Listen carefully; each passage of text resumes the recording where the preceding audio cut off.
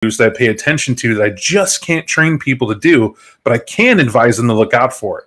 Because unless you're in the hot seat, as I call it, you don't have everyone's attention as you're going through a game. So it's kind of hard to dictate that when they're not experiencing it. So storytelling is something you have to do to experience that. To that, there's a level of understanding.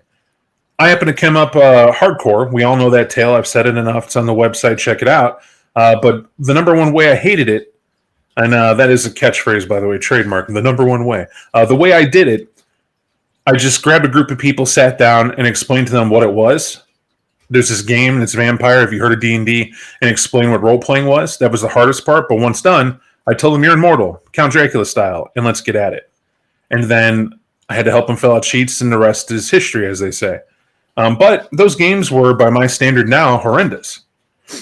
They were horrendous. People had a lot of fun, some life-changing fun, but we were all beginners. But I didn't lose sight of one fact. Every storyteller knew, and not doing it enough, I don't care if they've been a player for decades. If you haven't been a storyteller, you're green new. You don't know what you're doing. And that's because it's a different world when you are the one who leads the entertainment for what's going to be presented. You share the space, but that's important too. So enough on that. The openness of being an ST means having to help that ST build and stay amped to want to run a game. To do that, we have to collaborate. We all have to share our opinions here, which I'm about to do, and allow us to kind of see what's going on and what we want to do. And to that end, I'm going to give the reins over to you, DJ, and open it up for your discussion board. And do your thing, man. You want to ST a game? How did you want to go? All right. So I guess to start off is to say Vampire seems to be our bread and butter. This is exactly what we're looking to play, and I feel also comfortable running a Vampire game because I know that all of us usually have fun doing it. From my end, storytelling the perspective of things, from your end, being able to play it. So then my question is, the first of questions, of course, is what types of settings would you like to play? Or where would you like to play? I'll be a little bit of a naysayer to start out with. I don't want Chicago again, although I did enjoy that game. I want a different setting. New York's a hot one. We could go to LA. Those are big. I would prefer one of like the big like AAA cities. Actually, something that has like a lot of life and is somewhat iconic. Any particular reason why, or at least can you elaborate as like what draws you towards it? It's all those cities, the AAA city like category in my mind is something that's like, it's one of those cities that never sleeps. There's always something going on at certain times of day. It's not like, Nashville where you go out and 2 a.m. There's only like, a dozen places to go. It's like it always, in my mind at least, has something always happening. And while it's not, vampire specific, it is like a flavor and setting thing that I like. So I missed if you had a specific city that you threw up. New York, LA were ones I threw out, but it's really just any kind of AAA. You know what I mean by that? AAA city. I only know that you're grading cities by letters. That's what I know about that. So, and I'll leave it at that. Like AAA is okay. I get it. It's they're not the 4A cities you're looking for, but they'll do. Right. Okay. So I don't really have a specific city in mind. I know that I'm not against New York. I barely tapped into that book as a player, and as a storyteller, I of course ran it several times. I like that book. I love how it's built. I love the openness of it. I'm cool with that. LA, I ran an LA Chronicle, but I will say that LA is, I'm not against either. I wasn't a player there. Now, you may think that's weird, but I'm going to be honest with you. Me being a player is a different experience for me, and I'm actually kind of nervous about it. So to be in LA as a player, I don't know what I would do, meeting certain NPCs and being at certain places. It's a different thing, so I'm open to it. But consequently, if somehow we did something rural or even European, I'm cool with that too. That's not been done. Like I'll throw my hat in this. I always thought it'd be cool to do something in Barcelona. Barcelona. I've never researched Barcelona. I always heard this in like sports teams for some reason, especially around football, aka soccer, as Americans hear it. You'll hear like, in Barcelona. Here's that, or I'll watch a horror film and they'll have like a horror director from Barcelona, Spain. We give you a film so hardcore, we're smoking as we tell you about it. And it's like, oh, that's an interesting place. I'd like to know more. And I never, whatever reason, I never dove into it. But I'm cool with that. Mike? Okay, so if it's not obvious, right? I'm a city boy. I spent some time in the South, but I'm a city boy, and for me, I don't particularly care what city, but I think it's relevant why I prefer urban environments. I don't even care what country the city is in, but for me, being in a city that's so densely packed with people,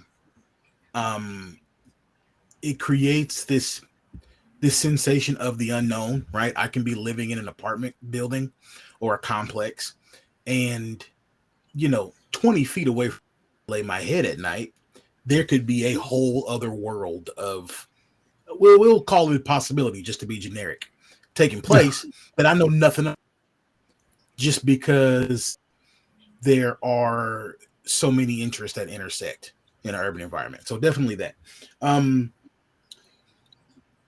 Also, for me to think about theme in terms of movies, right? I always rant. What movie is this? Do I want to be in that movie? Blah blah blah.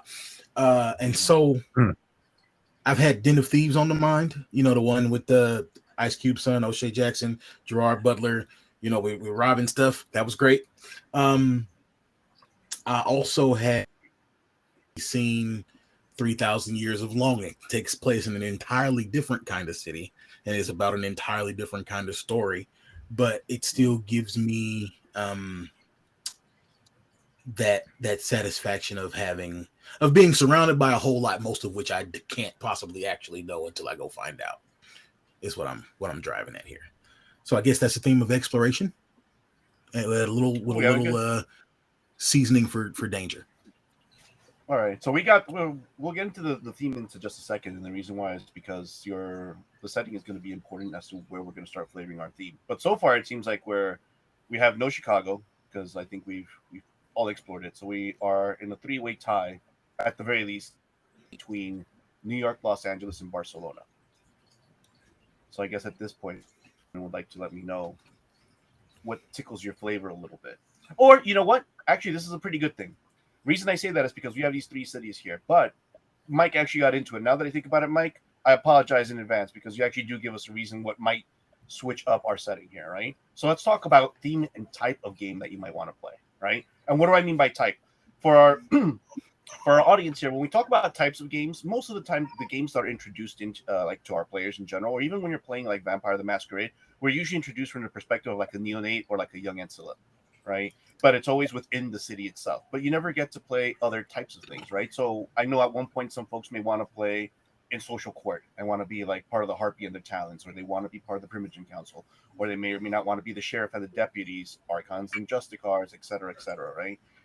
What type of game would you guys like to play? I think for me, I like Mike and Brennan, and I want to play something intertwined. I think the challenge of playing something together is always a better choice than being 3 vampires from separate walks of land, and however that is, whether one of us is the master and 2 chilled, or a regnant, or even if it's a coterie, there's a deference. Like one plays a diversification of age is realistic. Mm-hmm. The question is as to what we're about. Kind of the fun idea is the Anarch Odd Couple type feel, if you remember that ancient show, but it's often mentioned for its trope that complete opposites are still friends in a group doing their thing. And I kind of always like the idea of a person who can't stop breaking the masquerade, like somebody who's completely inhumane and wild, but you're the guy who keeps picking up the tab and helping them clean up.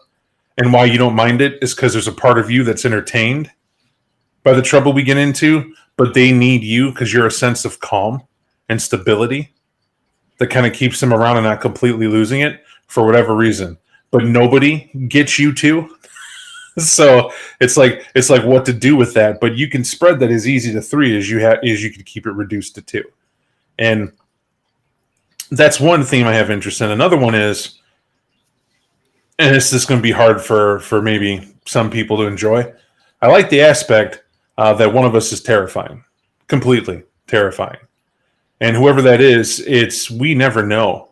It's like if a great white shark put on a suit and is walking around and keeps calling us fish or morsel, right? Or my tender friend. Don't worry, like referring to us in just off kilter, quirky things that make us like little niblets that they may eat at any given moment. But in reality, it's a term of endearment because they're so inhumane. That's really what they're doing. But when that person's not in scene, we're always talking about how to get away. If they send us out to do stuff, it's like, we could just get out of here. And, there's commentary about that, or being in a situation where all 3 of us are the ones talking about how to get away from that which made us.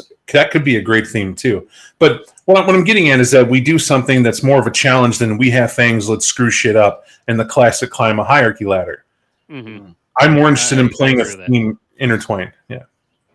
I think when we're doing this, I don't want to play like a coder where we're trying to get away, because there's like, if we're playing a game together, I want us to like be working together, not trying to escape, or because if we're gonna follow that logic out, one of the avenues for escape might just be like staking you in the back when you're not looking, covering you in cement, or burning you or something.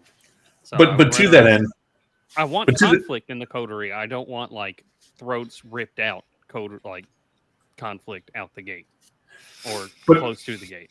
But on something like that, you make an easy fix, right? The whole point is we're here to play together. We get that. But even if your goal is to escape, you always foil yourself out of game. Right? You make certain you never take that step that would get you away, because it's on you to role play. Well, what was the attachment in the first place that put you there? Mm-hmm. Nobody's innocent in a theme like that. And as inhumane as that person is, how did you attract that to you? Of all the people in the world, how did you get them?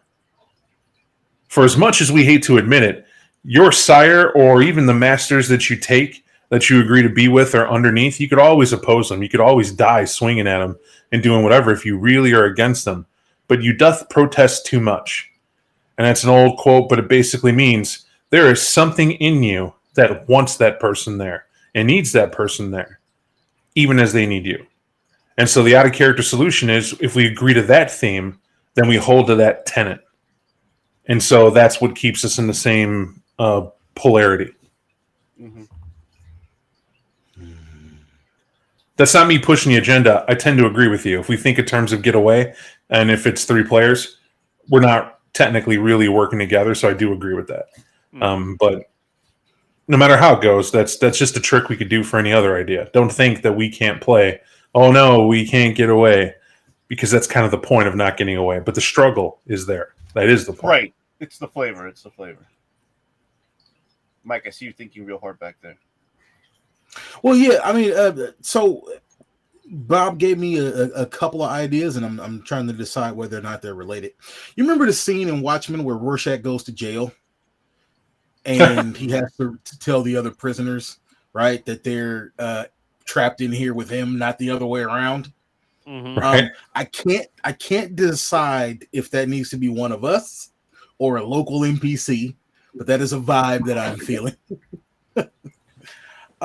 Another vibe that I am feeling is something between like an escape room and like the Raid movie, where the game that we're playing has a built-in physical limitation. Related an escape room. That's a movie, The Escape Room? No, it's I don't remember if it's called The Escape Room or just Escape Room. Oh, maybe it is. But there is a movie. I've not seen either of these movies, Mike. Listen, I've seen The Raid. You have an idea. And I know it kind of even goes against what I was saying about the joy, right, from the having to explore something urban where it's all tightly packed in. But what I'm getting at here is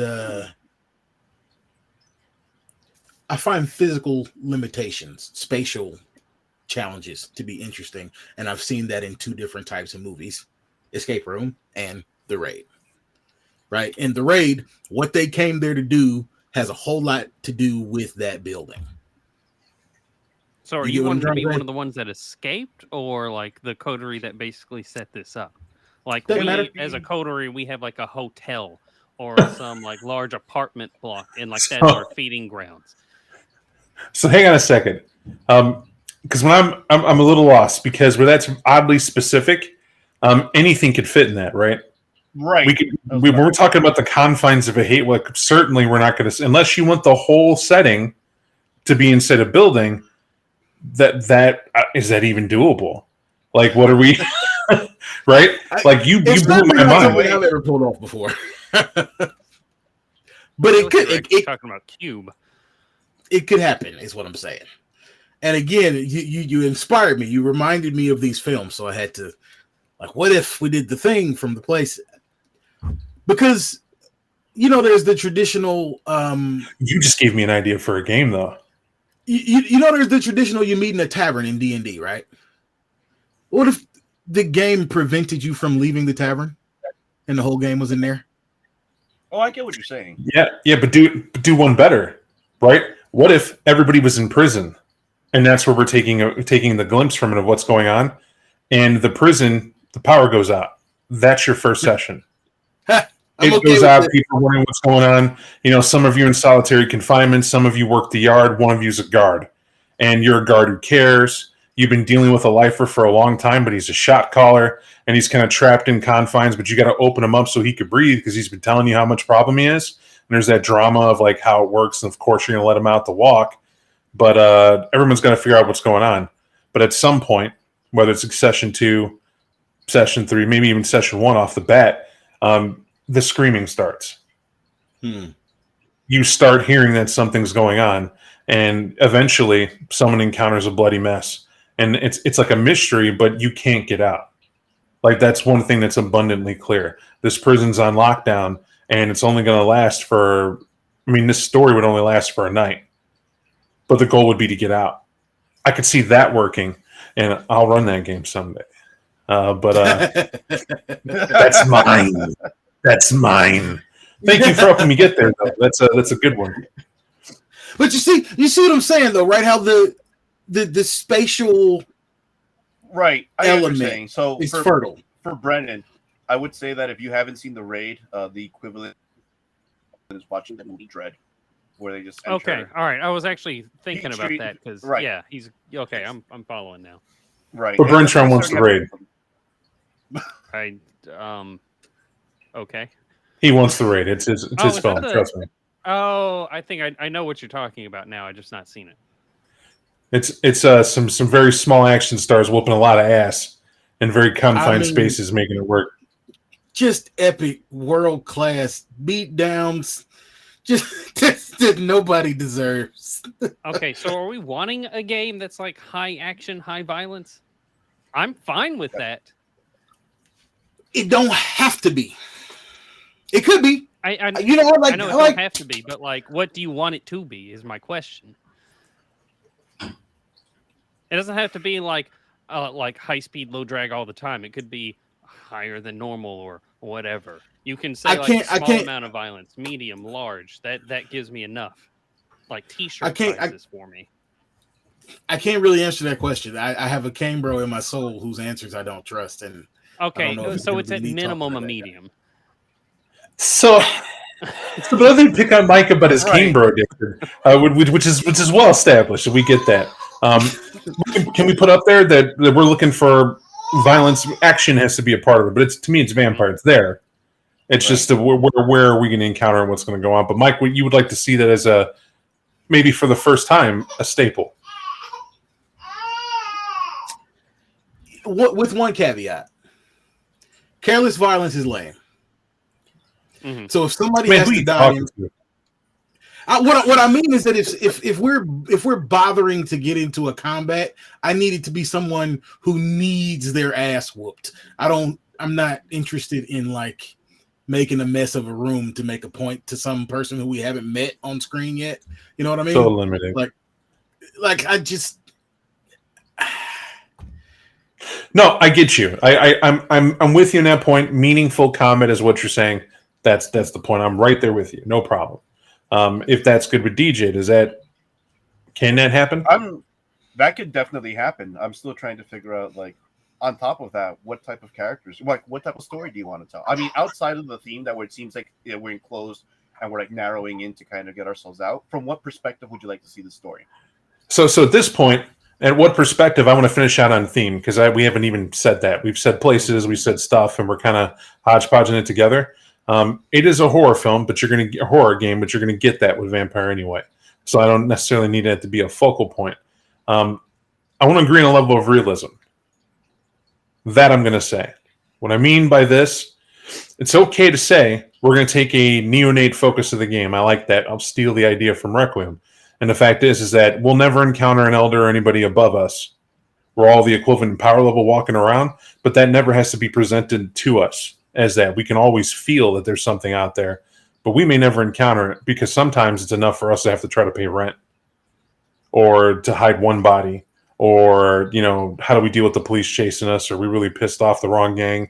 Seems they rolled deep. We got to deal with that and still live here because we got daylight to worry about, et cetera, et cetera. Those are all neonate themes, and that becomes where it's basically the reality is it's the human being dead and realizing they're a monster. And that reconciliation, that's one possibility. But I got to be honest. I've ran Newbieville so much and have been there so often that it's not about doing it in my sleep as much as it is.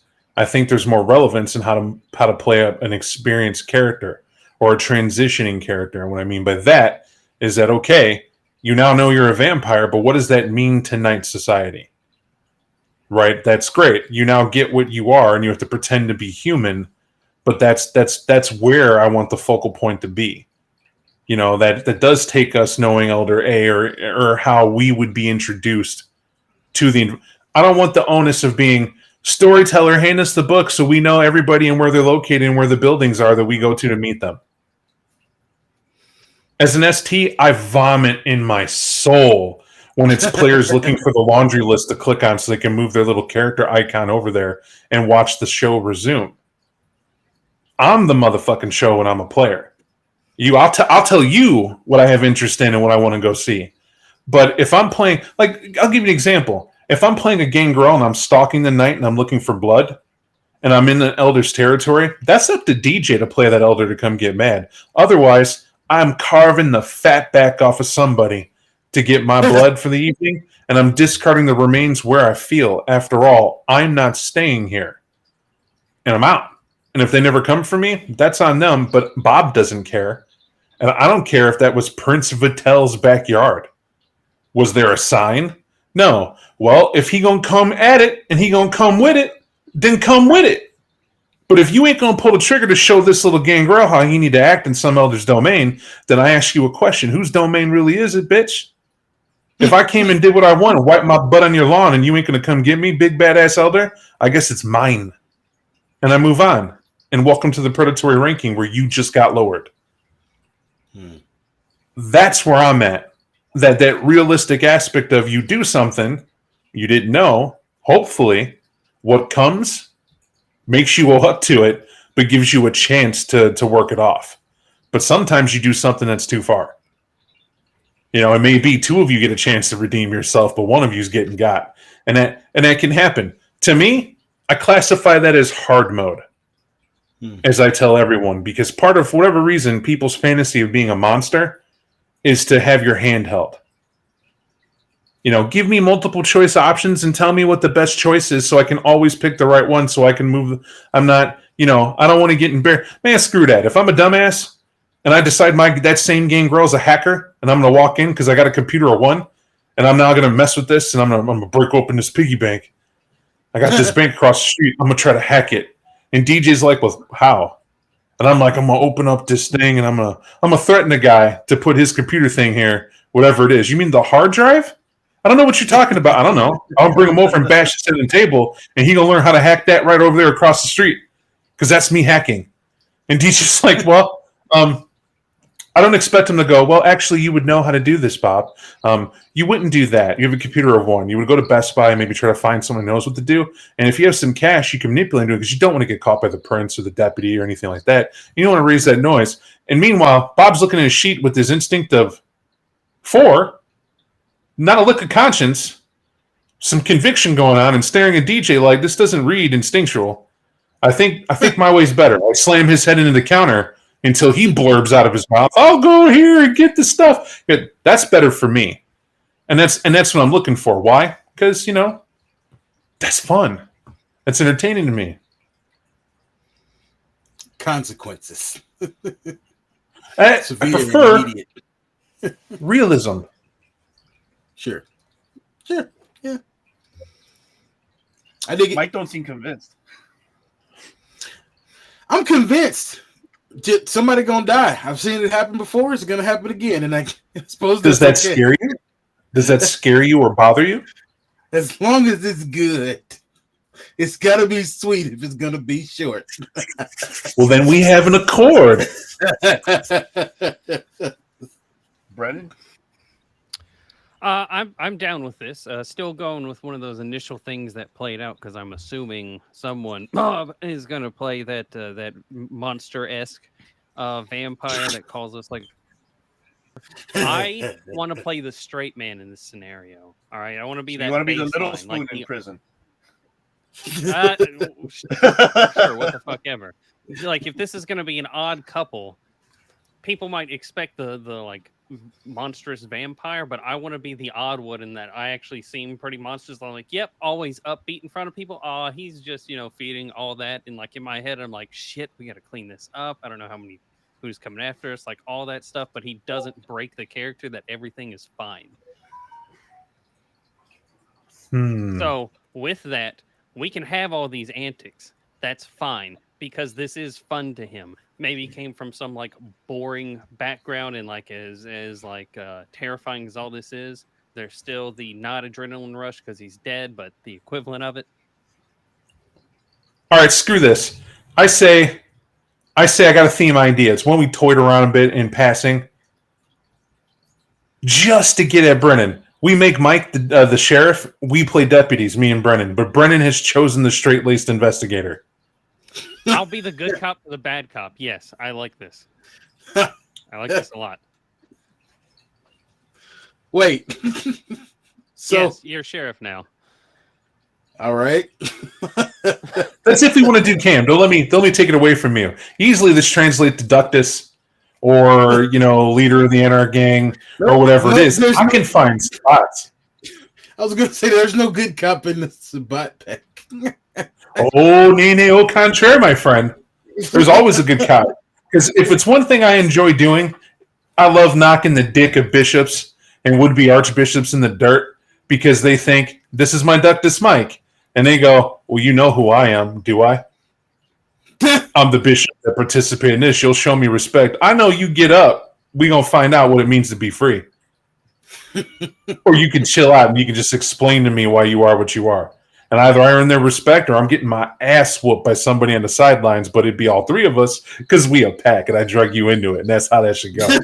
But skirmishes and fights happen. It doesn't have to be that. That's why I'm saying this. It's a theme where one person is central, whether they're the sire and we're two children, or regnant and we're two ghouls. I'm open for all that because let me tell you, what was in me was like, I actually would really enjoy if it came down to the fact of and I've never seen anybody do this. You hear all sorts of booty chatter about Zemis.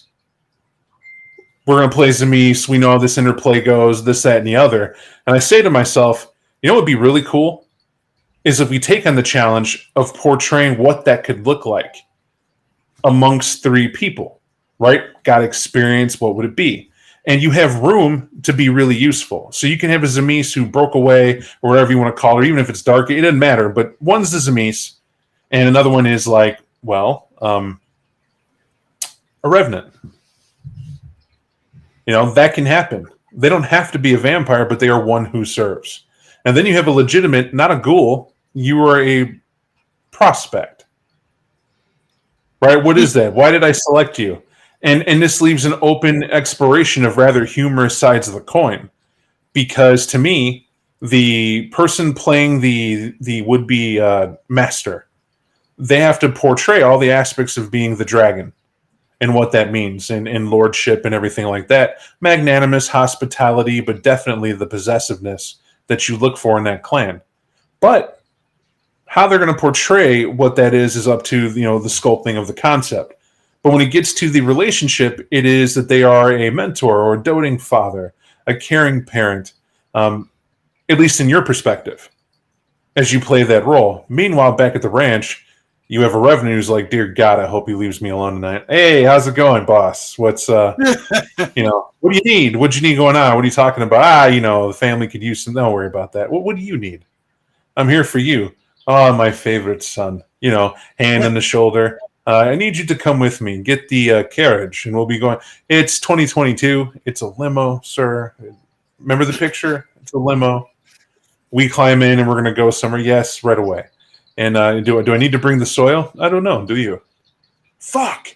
Right? Somebody who can get that head game that you would play to keep your A game out of your servants, but the servants do it out of loyalty, if not respect and love. I think too much in Vampire, you hear the bullshit story about how I killed my sire. I don't have to worry about it. Or I broke away as a revenant, and I'm not with this Amish no more. I make my own way. Yeah, that's boring. Like, where are the stories about, how you do go with it?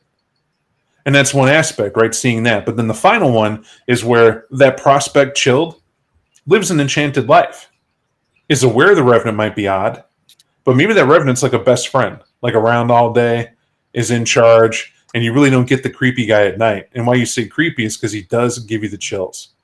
But the revenant keeps telling you, oh no, this is the patron. This is the guy who makes it all possible. That job you're interviewing for, it's going to take a while. I told you, we're a weird cult group you joined.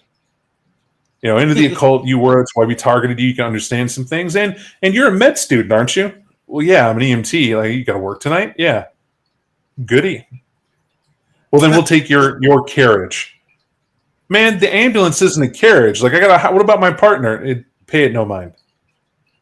Just let's go. Tell me to stop back at your ER, and says things like that only to watch a creepy vampire like mind mesm to allow us to get in, and the partner sits in the back of vegetable as we ride around to go on medical calls.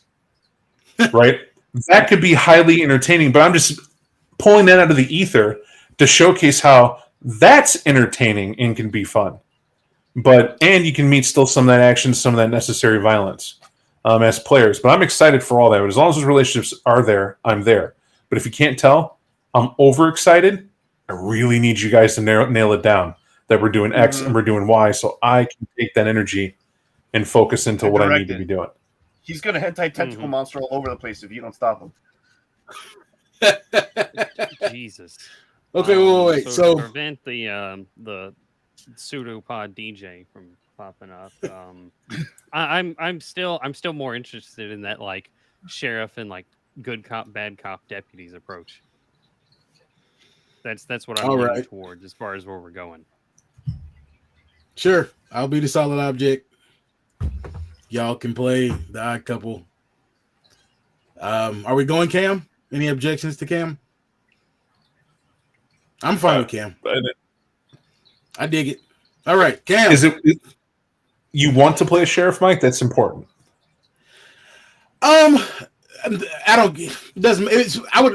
I'm more interested in being the solid object between the odd couple than being a sheriff specifically. I don't give a shit about being a sheriff. If we're in Cam, I'm the sheriff. Whatever. It could have been something else. I've had to play the go between poles before, is what I'm saying. And it's fun. I like it. So you're saying you're ready to reel these two in? Yeah, I do. No. I do need to impress upon you, Mike, that just because I'm playing the good cop doesn't mean I won't get the sheriff in trouble. Sometimes the bad cop is needed. Look, that is the role you accept when you agree to take two ne'er-do-wells under your what is the term? Wing? Guess?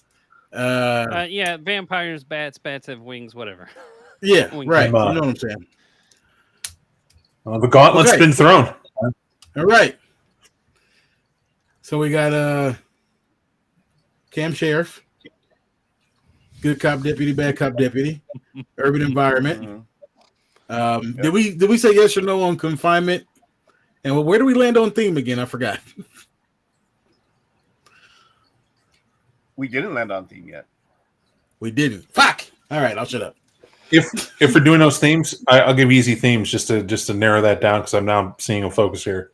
I like being in a place of turmoil. I really want to impress upon you, either being in LA or New York, but I really want to say New York. DJ lives there. He's from there. And where I ran it, it's like somebody running Chicago and they weren't there, but I live there. You know, I know certain key things and certain stuff to pull up. That's a certain different eye of it. Not saying people can't run places or not, but it's a different feel, and their perspective is typically a lot more fun than just the eye view from the book. Although they're good, they add more flavor to it. My vote's also New York because if we do it in like circa 1999, right when all that nonsense happens, and or however DJ you want to do it, I really like that because the idea I want is to where the Camarilla, yeah, we're in power in this neighborhood, but we keep getting like, I don't know, like we have to, it's us, but the challenges we get warrant a focus on the sheriff and deputies. You know? Yep. I'm not saying we got to be like bad vamps. What you gonna do? But you know, maybe. The other opportunity is LA, where, you know, yeah, you guys are in Hollywood Heights now, and you're going to walk around telling everybody else that it's an Anarch town and the Cam's in charge. This ought to be interesting. I do like the idea of us playing where the ST is from. There's a certain depth that only comes from firsthand experience. So I'm in favor of New York. As am I. Brandon. Okay, so New York it will be. So it'll definitely be a New York that's in turmoil at one point or another, and the key factors will be the office as well as the deputies being the main focus, right? The scope and the lens is going to focus in on their day-to-day, if such a thing could even be said. Hell has its own way of having to deal with it. So we have an idea of it. We know that we're definitely going to be dealing with conflict, especially because you folks will be deputies and or sheriffs, you know, in the and there are, regardless of the timeline, whether or in the present, New York is only in control, to say the least, right? There's a lot of things that are happening in the background. The Sabbat is still a very real thing. Anarchs are even a real thing as well. So they have it assaulted from all different sides, as well as all the little pockets of things that may. So another question I wanted to ask is, to me, the timeline setting, I could run it at either time. I could run it to Actually, I'll say this before we even get further to this. I know that we also have our choice of systems, and I will give you folks the opportunity to decide a system. Time does not matter, because obviously a lot could maneuver away, but I understand as well some people feel more comfortable playing one system versus another. Would you rather play V20, or would you rather play the V5 version of it? No disrespect to V5, but I got V20 in my heart. That's where I'm happy. I was actually leaning the other way. Well, Bob can be the tiebreaker. Bob tiebreaker? Yeah, that's rough. Here's the thing with V5. I think V5 is great, but there's a limited scale, and there are events that happen in V5 that if we're playing in the past, I just don't like. If we're playing modern V5 from where it is in New York after all this, I'm about V5. But the beckoning has to be in place. Second masquerade has to be in place because I feel, honestly, you just found my weakness. This is how I am. In the books, when I get them, when I buy them, when they're new and hot, my brain stays there because that's where I learned them and learned how to apply them. And I'm not really good on moving back and forth because to me, the rules were different. And the rules of a book change the feel of the era that the stuff was written for. So if we're going to be back in New York by night and in the 90s, late 90s, early 2000s, I would rather do V20. However, if we're going to modern it and still in New York, that's even more unknownville, and I can live with V5. This I always feel better leaving it to the ST because it's based on what you're more comfortable with or really where, because you're going to stick with what you're passionate about. That's what it is. So no I would like to tiebreaker. tell him. Yeah, I would like to tell him a story.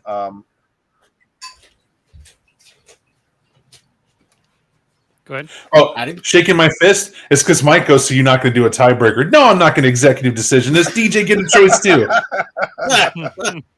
The ST is the executive decision maker, sir. If that is the case, I would like to run a modern game. As I was saying before, I would have ran it one of two ways, but I also do agree with Bob in terms of setting. Not to say that as well, and we will prove to players as well and our audience taking a look that things could be worked out, right? Because this is a true showing of what it's like to hang out with friends and be like, well, what do you want to play? How do you want to play it? What adjustments can we make? Because it doesn't have to exactly be by the book, because we have to do things that work for our table, right? And especially for our story, which is a lot more important. So it will be a modern story because there will be a lot of things going on as of right now and the aftermath of it. Because at one point or another, we know that a lot of the old heads that were sitting in New York were only there temporarily, up to and including our sheriff, who has a very, very interesting way of saying he really didn't want to be sheriff for a long time. So Mike got some big shoes to fill, along with his deputies and all the shit that comes along with it. So by modern, do you mean modern or right the fuck now? V5. Like right the fuck now. I ain't talking about 2023. That shit ain't happened yet. We are starting September 18th, 2022. In the year of our Lord, 2022. And I think for the first time ever, we've announced the time and date officially. Mm-hmm. Well done, Brendan. Now it's there. Everyone can hold us to that. And here's where we're at. All right. What I've been chomping a bit at is anybody got a concept? And my fun part for a concept, we have to kind of agree the setup. I don't believe in the long convoluted stuff. I am, again, apple pie. I like my hamburger with maybe a slice of American cheese. I like maybe ketchup, a taste of mustard. Right? Jalapenos to the side because that's just the add-in for me to be unique. Other than that, apple pie is made with apples. Not mock apples, not deconstructed. It is apple-baked motherfucking pie, cooled on the windowsill. Now, what am I getting at with those analogies, which may be terrible? It's that I like things kept plain and simple when it comes to concept. Like an occupation, one word, occupation, what you did. You know, it tells us a lot about your life, is your career. And then the second thing should be like a personality trait or quirk of your character that tells us about that occupation. You don't have to know it fully fleshed out, but what's the energy we can expect? You know, the wellspring that the idea is jumping from. Mm-hmm. I've kind of got one, and it's one I've had like in a back burner now, but I think would actually work with like the good cop deputy, and that is someone that was in like like biohazard remediation or crime scene cleanup.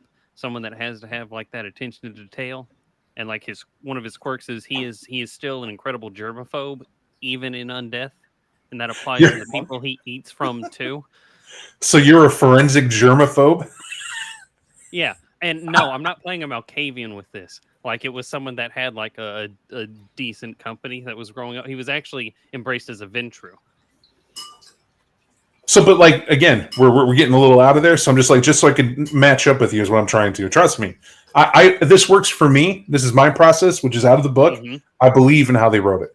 So bear with. I know there's a lot coming from it, but before we tether, I'm trying to say, so your occupation, you're forensic in some caliber, and that's fine. Forensics can be a lot, whether it's speech or cleanup or whatever it is. You're forensic something. All right. So boom, that's locked in. The second thing is, if you're not a germaphobe, well, then that's not the descriptor. Because I think your field makes it to where you would be naturally organized. Mm-hmm. Like I could see your character naturally being that way because it makes sense. You know how nasty things can get. But if he's now quirky with it, that tells me a lot. Like you walk around with white gloves and you're like Howie Mandel and shave your whole body hair off because you know what sticks to you. But yet somebody still loves it when you're up there and says, you got talent, right? Sorry, let me not go into weeds for you. But that's what I'm getting at. Probably. So I said a germaphobe, and that's probably not a great like example. He's not someone that carries around, bottles of like of Germex everywhere, wiping down every surface. But it's like when he walks in an area, and if it's like obviously dirty, he'll have like a wrinkle in the nose. He does carry around like plastic gloves and like some cleanup stuff, but it's not like he's always wearing it. Occasionally we might have to bring someone out, and then like we got to throw a tarp down because we don't want to get chunks of flesh or whatever anywhere in a particularly grisly area.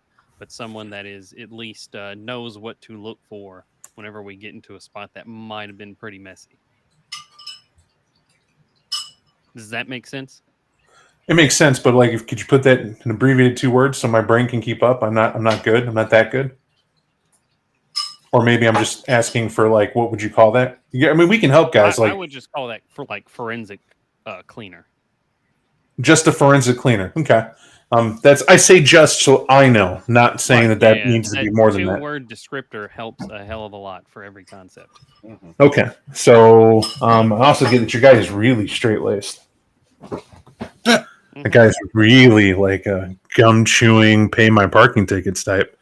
What about you, Mike? Do you have something? Kinda. I'm pulling something together. I'm trying to combine Elliot Ness with like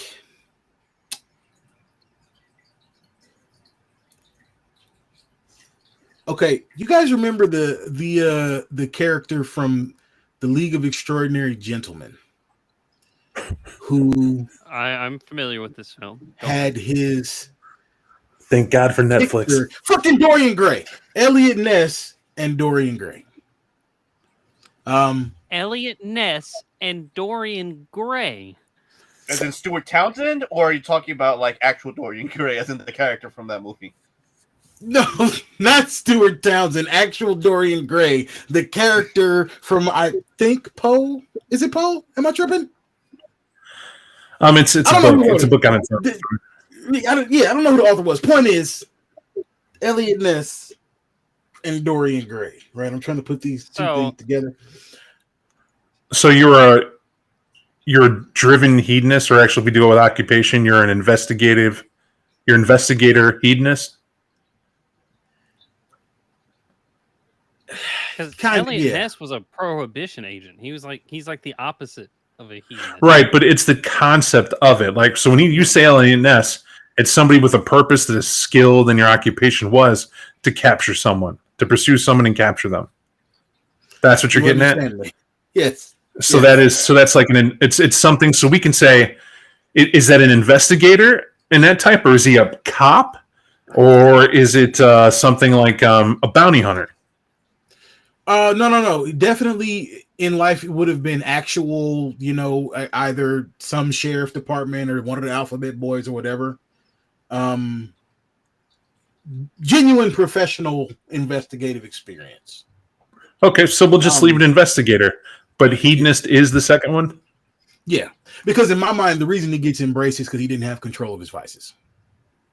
And so that's awesome, right? So hedonist investigator, and we have a forensic cleaner. So what I'm going to ask for is something weird, and I knew I was going to do this, and it's going to be hard. But DJ, if you would, I need a random occupation. Oh, Jesus. Now, let everybody know, I'm accused often of having a list of things put to the side, like pre-planned and ideally there, ready for me to go. I have this, and people wonder where I come up with stuff from. And it's actually just creativity. It really is. So, but here's a trick, though. I have my parameters. We know the setting, we know the city, we know what we're doing. And I have a forensic cleaner who I'm supposed to be playing the bad guy to. And, good cop, bad cop, I should say. So I'm the bad cop here. And Mike is a hedonist. He's an investigative hedonist. Okay. Oh, man. An occupation? Jesus. I got one. I'll get throwing out, Mike. Go ahead, Mike. Professor. You said professor? I'm not going to lie. I was going to say the first thing that popped into my mind was a school teacher. Inner city school teacher. So professor or inner city school teacher? I don't know why that popped up, but we got we got knowledge on the mind. I would This is gonna accept make it more inner fucked city up. school teacher. Professor, So we want inner city. to me. Okay. But I would accept inner city school teacher. Now, for something to be bad cop, I think it's a cop out to say that it's somebody who's just necessarily violent. But definitely the pit bull is the role I heard selected and thrown at me. Somebody who isn't, I'm going to say the school teacher isn't accepting the transition well. I'm going to say the school teacher is lower on humanity. And the problem with the school teacher is that much like a police officer, especially being inner city, the turmoil of their existence has aided them before they were embraced. And it was like, screw this, I just got to live out till my pension kicks in, and I had that. And then this person gets embraced, and what would they change? And I'm going to say I know very easily that they did a lot of revenge stuff once they got this power. It is somebody who is exploding. They're coming into their prime, as they would say it. And it's someone who knows things very, very well of what goes on. So what I'm going to do is I'm going to be a history teacher. That's what I taught of the city we're in, obviously, what I go over. And that's where my degrees are going to lie. But in terms of why, so if we say, to keep with the second half of it, I'm going to say school teacher of vengeance. You're gonna wish you got to go to Mr. Oshag Hennessy's office. That's what I'm going to go with, and we're gonna do that. Last but not least, I almost feel Brent Trent said Vampiro already. Did that change? No. Mike, not yet. If that changes between like finalizing the sheets, I'll of course let y'all know. But right now, Vampiro I think fits with how I'm seeing him. What about you, Mike? So I've forgotten some stuff about V5, but what I had in mind was either a Setite, or I'm sorry, we are, don't tell me, Ministry now, or my tried and true La Sombra, right? One of those two. Ministry or La Sombra as a sheriff. It's a bold move, Cotton, and we're in New York City. In V5. I can't get away with that. I'll think of something else. You can't get away with what? Don't shoot yourself down here. I'm the SC. Like, how would you know what I would say, or what we're supposed to work things out? You already putting words in my mouth. Forgive me. I'm sorry. I made several assumptions in bad taste. I was thinking Setite, and then actually La Sombra came to my mind. And that's where I'm at right now. But let me know under what circumstances that's viable, DJ. I didn't mean to step on your shoes. Both are viable, but you have to tell me the reason why.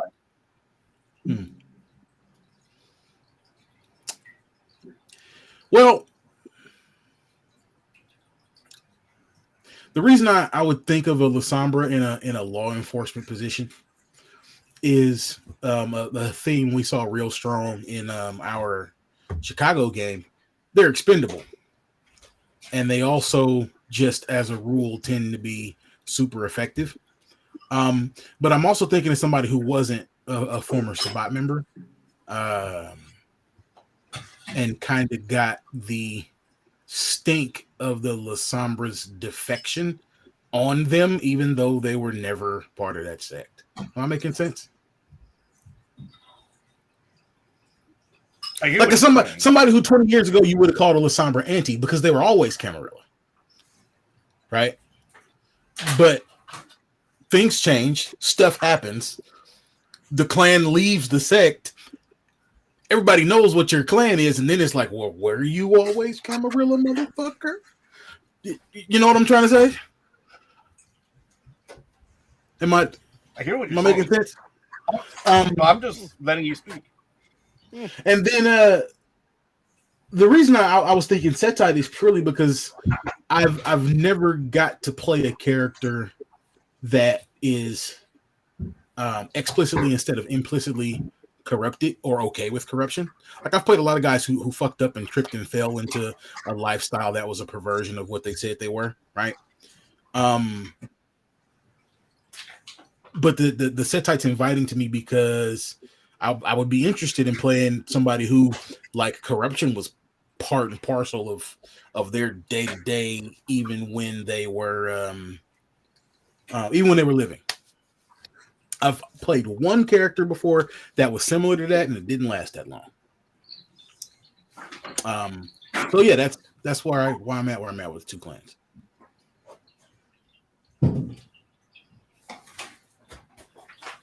I'm letting it resonate. Go ahead, Bob. I really feel, and I hand you the hilt of my sword. You're going to need to pick my clan because I have 4 really good ones that are so good. I don't know what you're going to classify as being out of hand, and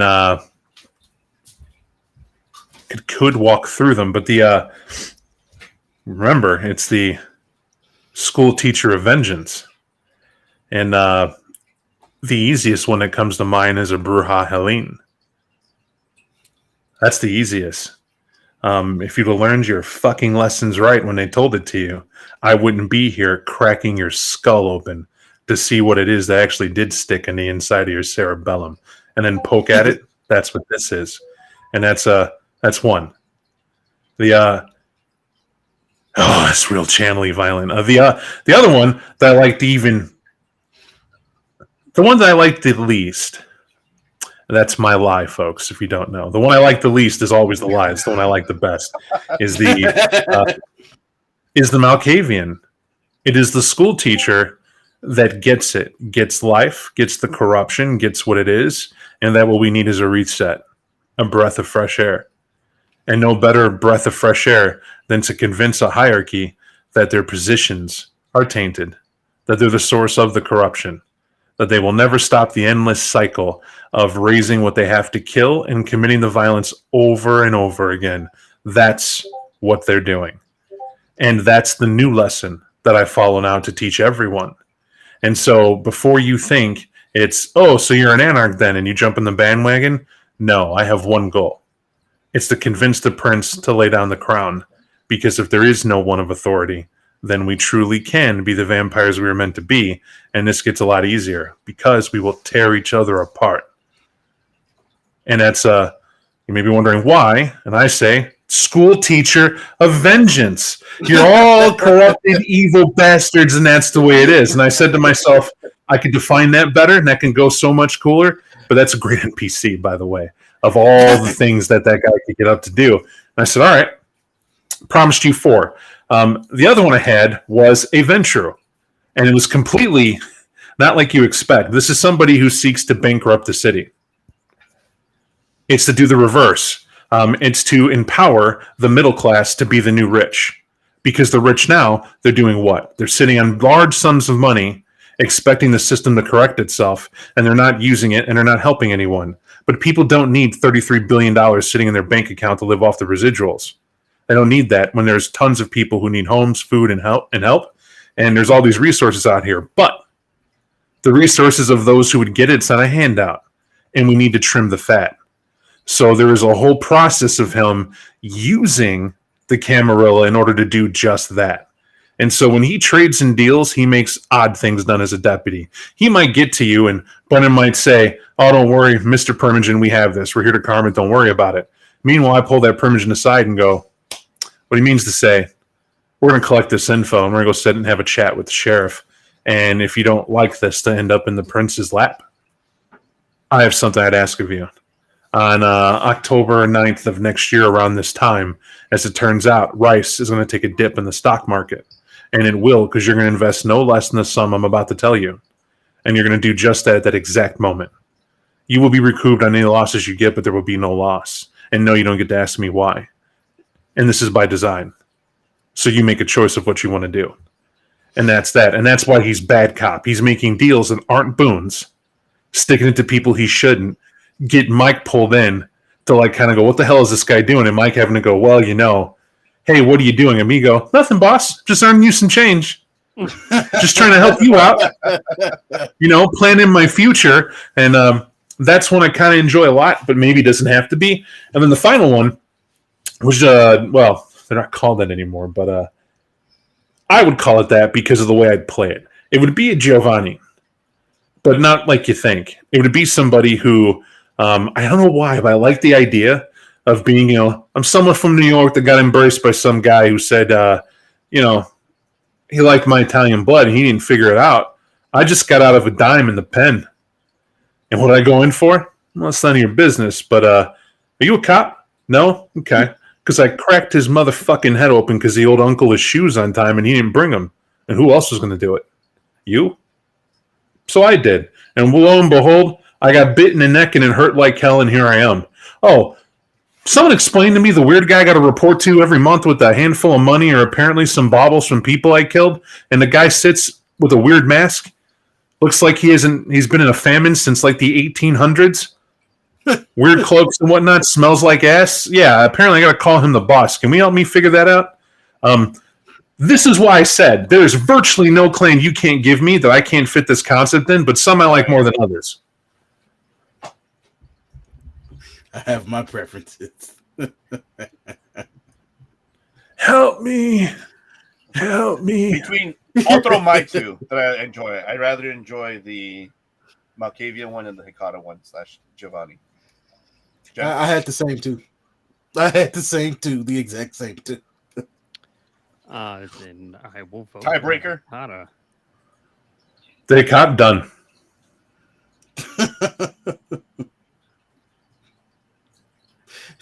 All right. Here goes. It's important to note that someone watching did throw out Torador, and I could do Torador, but y'all didn't vote for that, so.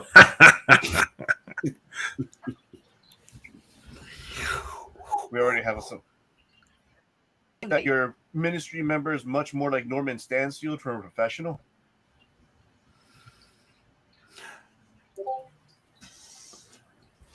That is who I remember it to be, not quite. Remind me. So, Gary Oldman's character, guy's just corrupt as shit, walks in, listens to Beethoven, has no problems doing what he has because he frees himself, and nothing could really stop him. Even if stopped him from doing anything. He was able to say that great line, bring in everyone. Who's everyone? Everyone!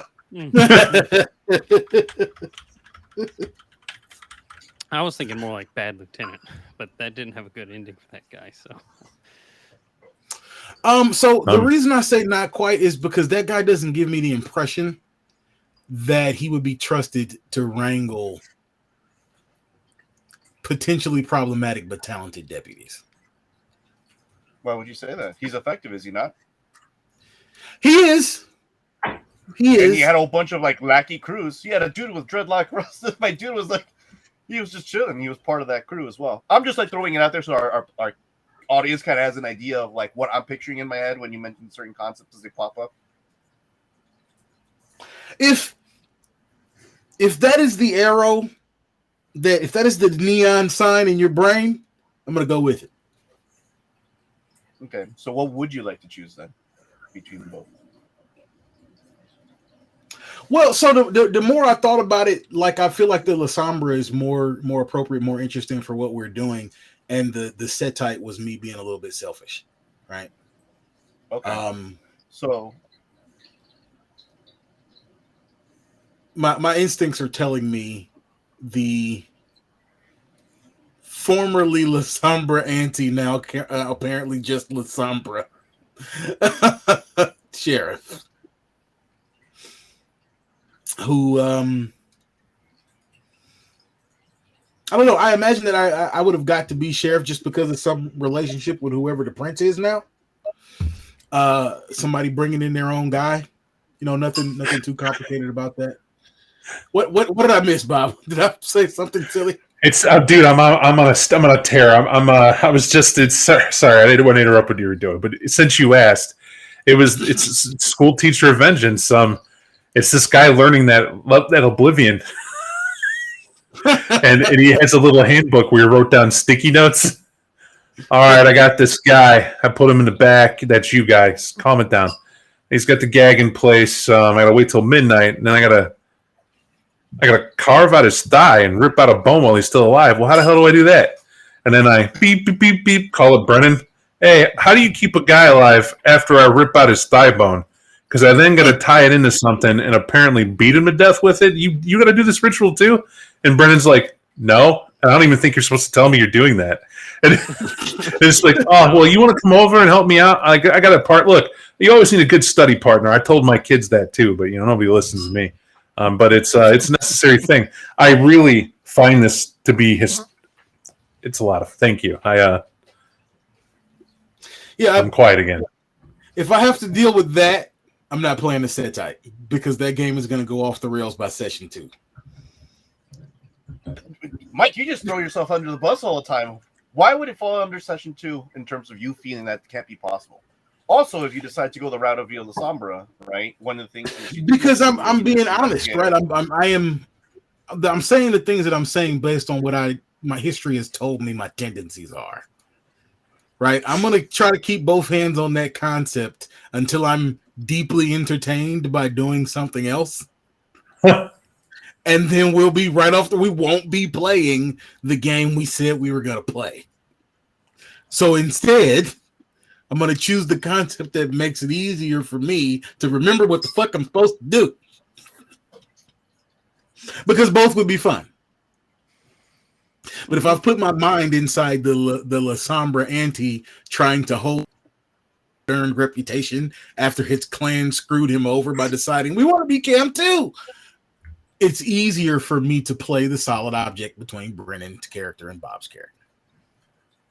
And so I'm actively learning to exercise discipline as a player in this way. Okay. Tell me how it would tie into being a hedonist investigator. Well, there's no sauce there. I just feel like very traditionally the La Sombra takes somebody who has been shattered either by the sire's doing or by their own misfortune. And the hand you get up is you seem to be capable. You can accept this unlife, or I'm going to dismiss you from this playing. Because you represent an opportunity for me, but I can't have you telling anybody what I'm up to if you say no. And that's that. Like I said, I'm imagining a former professional who's dismantled. I haven't decided what the vice would be yet. But it's gonna have to be something real tropey, right? Like alcoholism or violence, police violence.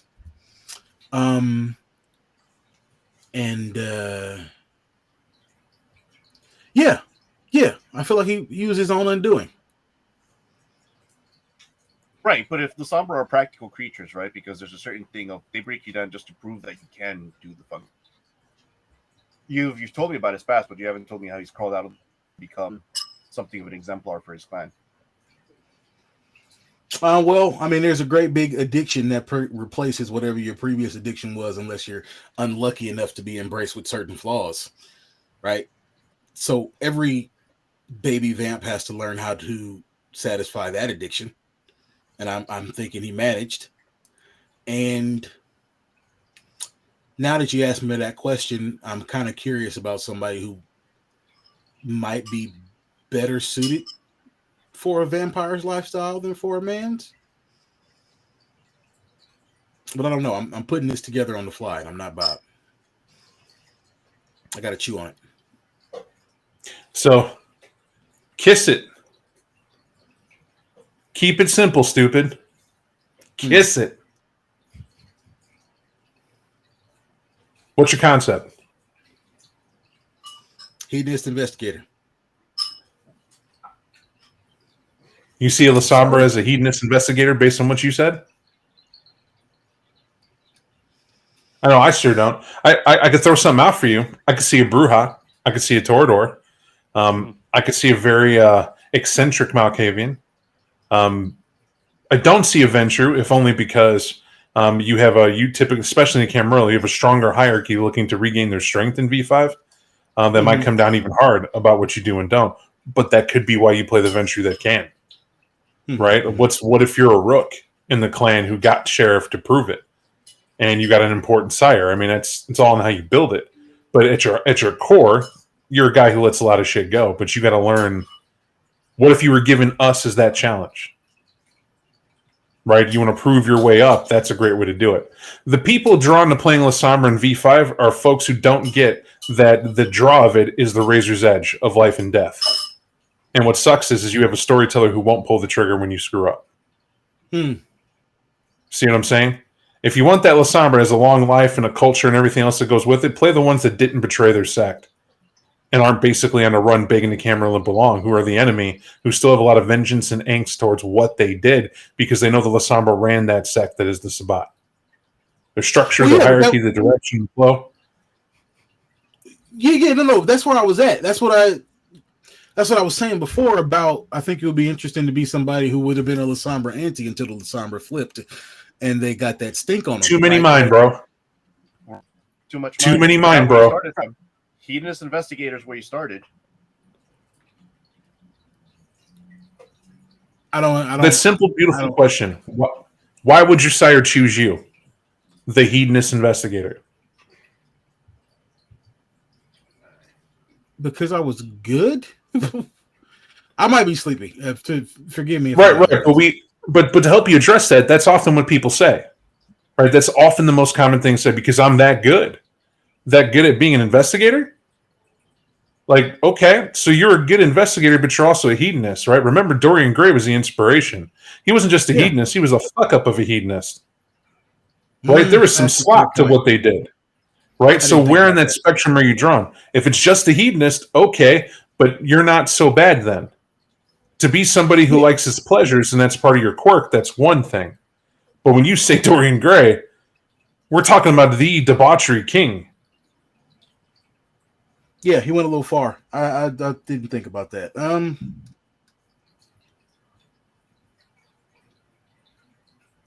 Yeah, I'm back to the drawing board there. I don't have inclination on clan. Well, that's why I'm helping, right? When we keep it simple, it comes down to what jumps out at you the most that you feel that fitting in. So if you look at the stereotypes of the clans, I pitched out a few, but it's like to Mike, what clicks? That what clan would have the investigative skill, interest, or makeup with that hedonistic flair you can add in. And here's a trick. A lot of the occupations you pick, they almost fit lockstep in the stereotype of the clan. Right? Almost. You got to fudge it sometimes, like mine. Like school teacher, I wouldn't have thought Hikata, but at the same time, they're old, they investigate, they're ancient. That actually does make sense, and there's a way to get in there, but I'm also somebody who's beyond the pale, and I could get with that. In other words, that's my challenge, is that's the clan I have, but my issue is not an issue at all. It's picking a direction to roll with why I was chosen. And an easy one for me is vengeance. It's raw vengeance. I'm not a Giovanni. That's going to be interesting in the Hikata to do it, because what are you then, if anything? You're Hikata. So that's the thing. And we'll see what that feels like. It's the first Hikata I've played as a player. That's also the draw of it. So I'm up for that challenge, but it is a challenge to put all the pieces together. So in the terms of the challenge of an investigative hedonist that you're choosing, and one that has to play mediator between two halves, it's just a suggestion, but I would pick something skilled at being known to be able to diplomatically handle things. Not that that's how you have to build them, but a clan that at least something about you says you have charisma, a certain way of being, or a skill of the tongue. Not that you can't do other things, but that is a hallmark of what drew you to the one who made you. Because what is in you is reflected in them. You still can be an individual from it, but if you keep it that simple, my sire is known to me because of the investigative hedonist. He's actually a mediator himself, and that's what they did with something over here. And then we shelved that idea because you're just building a relationship, how your sire was to you and how you're known. It's like if I present a Chilled to a prince. It's not the freaking Sabbat. I didn't randomly embrace people at a Taco Bell. I went and got permission. And that means I had to tell the prince who I wanted to embrace and why. And maybe I had to get sponsorship, and I had to go through a whip who make all the favors and arrangements to talk to a primogen who made all the favors and arrangements to put me to the harpy who would now, this night, is going to put me in touch with a seneschal. And they're all going to go through to see if the child I'm choosing and the right I want is within, because it's the prince who has to say yes or no. But for it to be worth the prince's time, the prince is going to stall me out as long as they want to. But in the end, they know what carrot to dangle me because they know what I'm going to ask for. So the prince might have told you, I'm willing to grant this to you, sire to be for Mike. But, and it sounds sound enough, but there's something I need, completely different. But to go through all that effort, the sire definitely chose you for a reason. And there has to be something in you that reflects either to the machinations of the sire, and that's why they chose to pick you, or there's something about you that sings to them about who they are.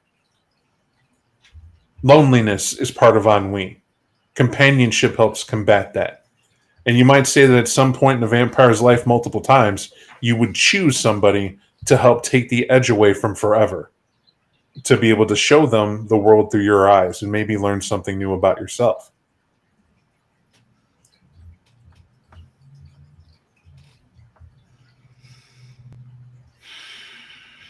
See, I know what you sound like, but I don't like him. I just don't. I don't like him even a little bit. Never played one, rarely written one. I missed that. Who's this? Toreador. Look, you call it the whammy. I'm serious. You call it the whammy. But Mike, if we go over your roleplay style, you're somebody who prefers to pollute the simplistic waters of the mind. What I mean by that, no matter the topic, you will expound upon it always.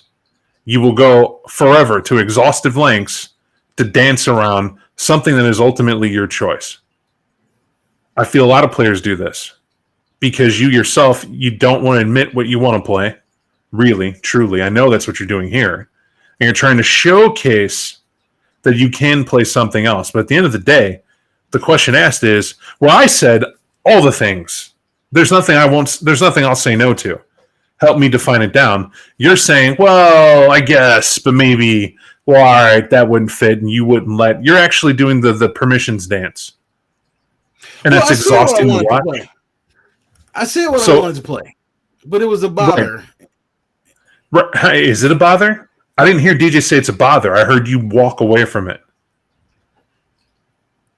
So if it's a legit compromise, bro, peer-to-peer, like, did you hear him bat an eye once when I said Hikata? No, I didn't. Do you know why? It's not because I'm Bob. Think of the approach. I got like 4 strong ideas. My favorite really is Malkavian, but I then have this and have that. I have passion. I know exactly what I want. I know why I would want it. I know what I want to bring in the game. I know how I'm going to portray it even. And I have ideas and thoughts on it. My character's already done, in fact. Right? It's boom, boom, boom, done. I just got to do the work. But aside from that, hearing my peers, though, is changing what I'm going for. Because now I have to do a subtle dance. I can't play somebody that's not going to get along with you and not going to get along with Brennan. But Brennan hasn't changed his stance. His literal, straight-up concept is what it is. But what you're sounding like is that I'm changing the flow of even maybe my concept. Because if I said investigative hedonist, all right, well, what's the clan you said you wanted to play with that? I don't remember what the other one was before. Setite, Lasombra or Setite. Okay, so ministry is key. What do you understand of the ministry? And this is what I mean. Keep it in the confines of your concept. How would an investigative hedonist fit in New York City as a sheriff, as a ministry member?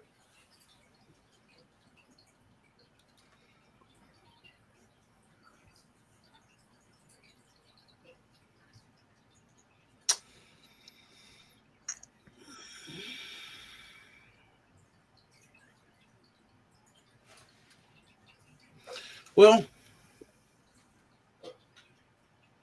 I don't know. I'm trying to think of something clearer than what I was describing before. Okay, if I can ask you a gentle question. Do you know the ministry? No. Okay. Well, then that right there is a pause. I know the Setites prior. Much That's why I said. better. That's why I said. Let's pause, right? Because that's what it is. You are trying to get somebody to accept letting you play something you don't know how to play, and so it's going to be hard for any ST to say yes because they clearly understand that that's what it is. But to ask that question, DJ, since it's collaborating here, are you willing to teach and help Mike play a ministry member that you believe he could play and that fits in what he's looking for? Almost definitely. So let me throw this in though. Part of the reason why I thought I would get away with it is because I'm describing somebody who's much older than the changes that made the sex what they are now anyway. And so I thought that the knowledge of the way the Setites used to be might apply. But you're not adapting. Welcome to sounding like every fan of V20 when V5 got launched. You're refusing to update what the story is. You don't want to let go. The Setites in V20 were presented as a cult, the same snake cult, no matter any way you sliced it. The same snake cult, any flavor you want, snake, Typhon, whatever, the beast. And then they got crazy and started saying, no, it's the Echidna and whatever nonsense it is, right? The Typhonian demon is real, all sorts of stuff. And it's like, well, we're in the weeds, right, to what the perspective is. But when you looked at their clan books and whatnot, what happened? Well, the ministry is what happened. And they took a very logical step by saying, wipe that clean, throw all that shit out in the desert where it belongs, and it does, right? That's some ancient sand shit every bit like the Nadas have to deal with. And that's like ideally Sabbat stuff even. So when it comes down to it, if you want to pull out knives and fight in the name of Set, that's the war. That's the war the Sabbat are going to fight against the antediluvians. But what does it say about the majority that's left? You get the ministry. And when you read the ministry, I'm not going to get into it now because I'm a big proponent of you don't know. It's DJ's perception of what the ministry is that you need, but not here. Right. You see what I'm saying? That's a deeper conversation because you did something very important. You said, and it's very big of you to do this, yes, I'm part of the 25 years team. Yes, I've talked about it and we went through books, but I'm admitting I don't know something. And that's very cool for anybody, and it's hard to do. But by you admitting not know, what you're also saying is I'm dumping out the cup of knowledge that I have of who they were, and I want to drink the ministry cup. And that gives DJ an opportunity to help walk you through what that is. But I have to throw one wrench in here for you to think about it.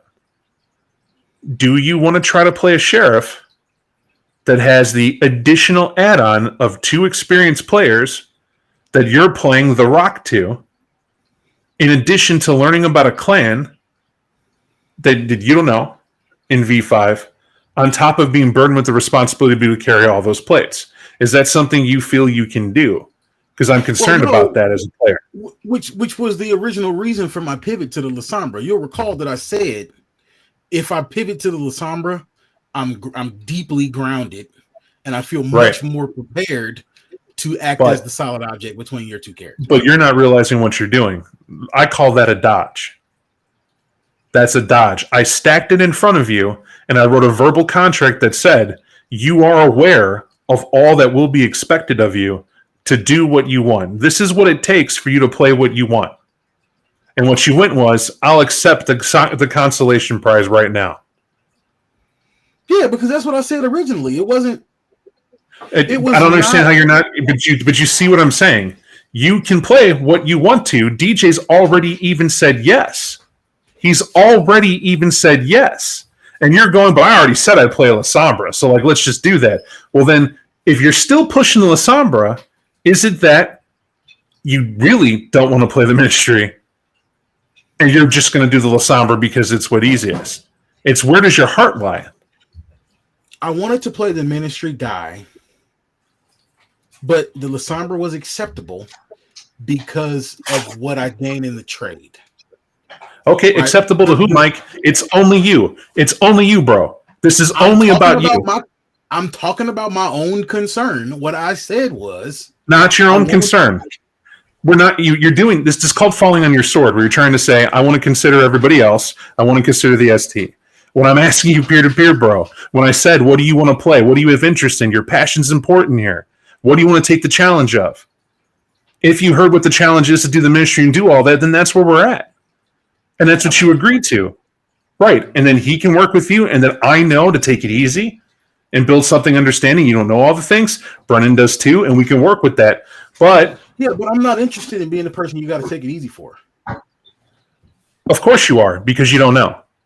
I don't know what kind of attitude that is, right? Because that's not even open-minded. That's saying that I'm just going to do this because I don't know that. And that's not fair. How many people play Vampire and don't know what it even is? And if they took that stance, they would never have even played. How do we know that you're not the best ministry player ever? Right? You don't even know that yet. But I'm willing, as your friend, to go with you on that journey to find out and to give you the opportunity to do it. And this isn't talking into you to do it, but this is what I mean when I say you have to go with your heart and see what it is you have interest to do. Because when we just accept, well, this is a better fit, I'll just do this. What that is literally just playing the play. You're showing up, this will fit, I guess I'll do this, and blah, blah, blah. And I have no interest being in a game where somebody is doing that. There are a ton of games out there I can be in, and a ton I could even run, a ton more I run, where people try to take that stance. But if it's the one thing I'll rip from you, is your ability not to enjoy what you do because you think I need you to somehow fulfill my gaming experience when I don't need you. I would like to have you be here and feel just as free as I do to not only say your point and opinion, but to try new things and to take on new challenges and to grow as a player and thus grow in this hobby and enjoy yourself without fear of judgment. That's what I want for you. Mm-hmm. But I also want you to be aware of what you're asking, because I'm that ST too. It's that ask for DJ.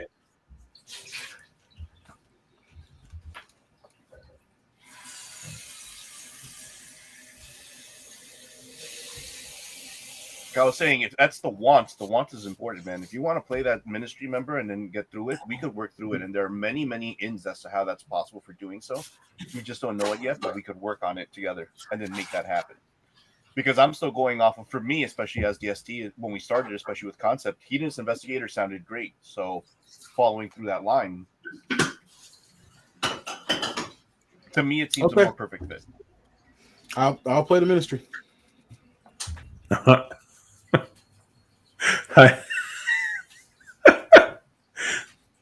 I'm only laughing, Mike, because I've seen this stoic look before. This is what I'm talking about. A lot of people will end up here. I've ended up there too, where you want to do what's best for a game, but that's not the game is best when you're happy. Mm-hmm. That's what it is. That's when everybody is. Whatever that is to take you to get there. Yeah, I mean, we'll see.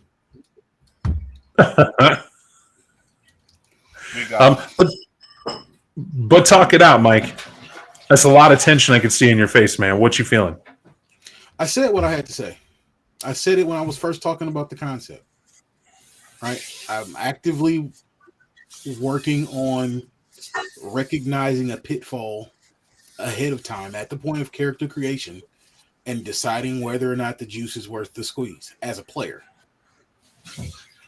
Which is why I explained that I feel like trying to portray this concept as a La Sombra, an area I'm more familiar with, especially since we're playing V5 and not V20, was an acceptable compromise. Then I'll accept that maybe I misheard you, and maybe you didn't understand when I asked you what do you want to really play versus what you feel you have to. And then that's better. And then when we do that, and to understand it between it, I'll take that on me. That you feel I'm pressuring you to play a ministry character. That's weird considering how I just asked you. Plainly. Right? Straight up. I'm not saying you guys are pressuring me. I'm just saying I was actively trying to exercise some wisdom that I've not had before. And y'all are telling me, don't bother, just do what makes you happy. And it's like, okay. But we got to talk that out, Mike, because you said wisdom that you used before or whatever, that comment right there. Like you saw something you didn't see before. Yeah, like recently I've learned that I can get the same or similar level of enjoyment out of a character if I anticipate problems that don't particularly interest me and figure out a pivot that'll still let me have the fun I want to have. Right? Because like you said, I've gone into the weeds before, dudes that I wanted to play, writing a little too much, reading a little too much, letting it be deeper than it has to be, and just end up dealing with extra shit in the role play, in the actual playing of the character. And so a skill that I was trying or have been trying to develop is reining those instincts in to do a little bit too much. Right? Normally I do a little bit too much, feel like I'm getting better, and we can do less than that, right? And still enjoy what we're doing. Okay. But if that's not appropriate, I certainly don't get to play a game with this particular group almost ever. That could be all the difference. It could be. And the thing I'm noticing here is that based on what you said, it still sounds like there's a standard you're trying to be at. And what I'm trying to say is when you have a game this intimate, right? And this is key. We know each other well. In a game this intimate, there is no stress or pressure or standard, right? You could have said, I want to play a hidden Bali in V5 and see how that works. That's your own damn conversation to have with DJ, because good luck. I'm not even so bold. Like, he'd thrown that clan at me, I'd have laughed off this screen in terms of how that's going to go. There's no way, right? But in putting in what I really want to play, that's hard for me because I'm just happy to be a player. So I become the easiest person to nail down. Just give me something, right? I'm hungry for that. But I know you're somebody who has a lot of clans and you don't have a whole lot of experience playing all of them, but you've story told for them. And what I mean by that, in the 20th you have and you get the concepts and you're a great ST. But when you're a player and someone asks you straight up, what would you like to do? You had to have noticed by now, everybody gets tripped up the same way. Hey, what would you like to play? Here's the setting. Here's the theme. I have I don't know. And maybe you'll let me play a true Brujah. That's me why. No. I mean, you're trying to filter all of the possibilities you're aware of through the bullshit you don't want to deal with, so you can get the game you prefer. But right? Like your concept was accepted, right?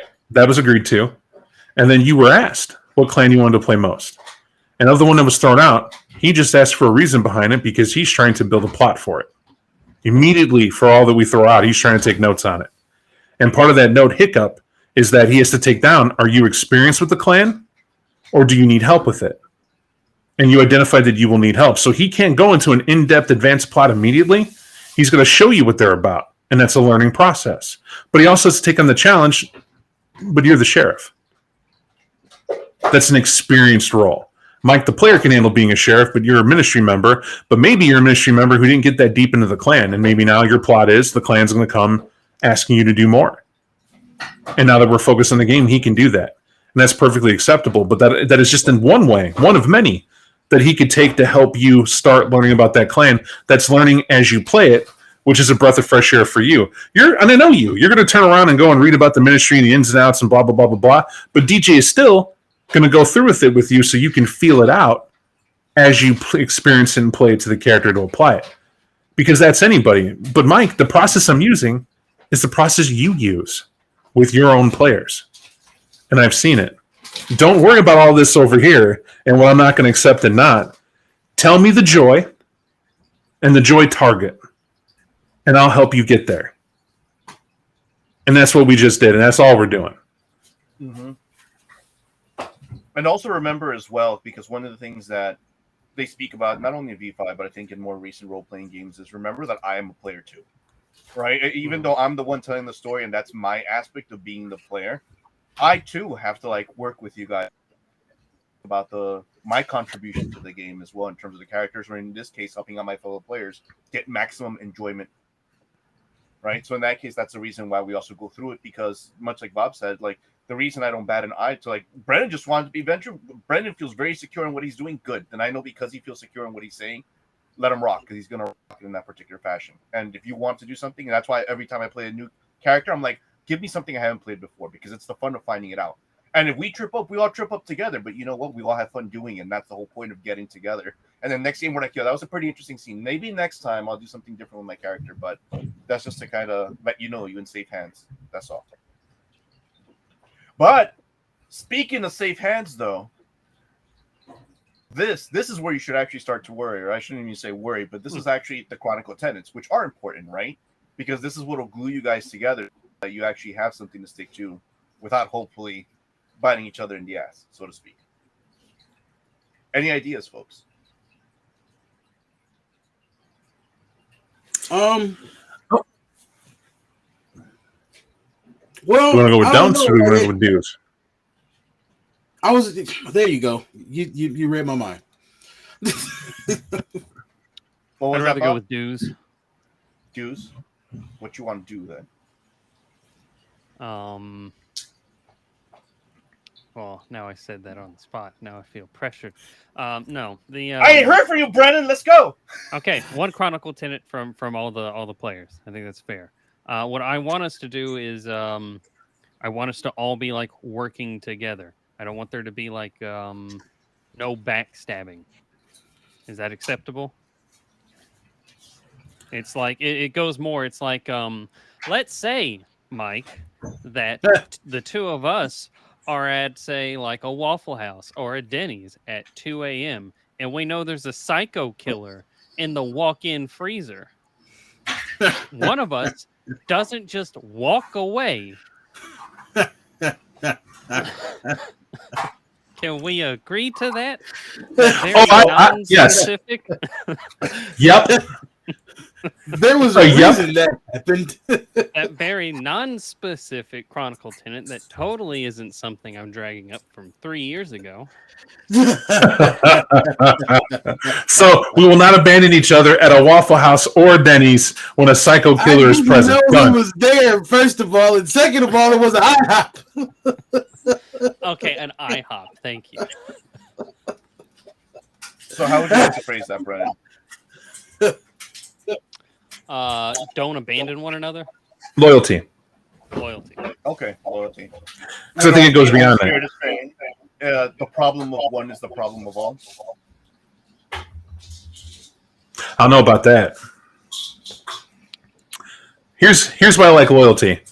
If there's a situation where I'm about to get just jacked because I started some stuff, I don't expect them to necessarily dive in to help out. I do expect them to stop them from staking me or killing me.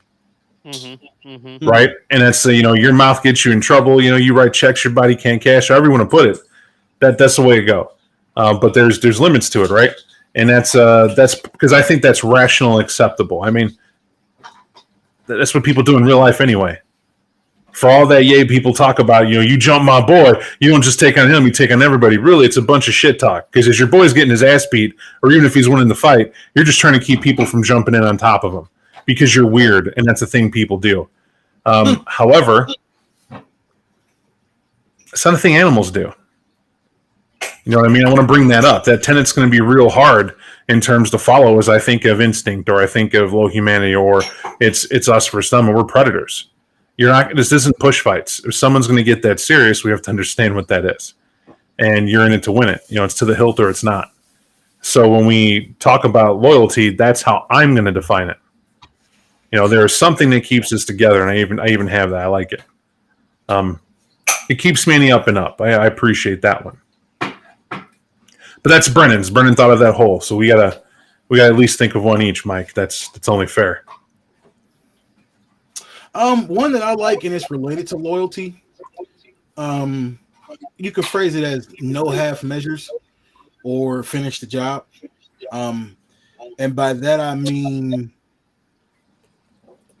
like, I don't want to be that coterie that says they're going to do the thing and then accepts less than the whole thing just because the circumstances changed. Right? You get in the muck, you find out it's going to cost you a little bit more than you plan to pay. It doesn't mean you fucking pull the escape rope and hop out, right?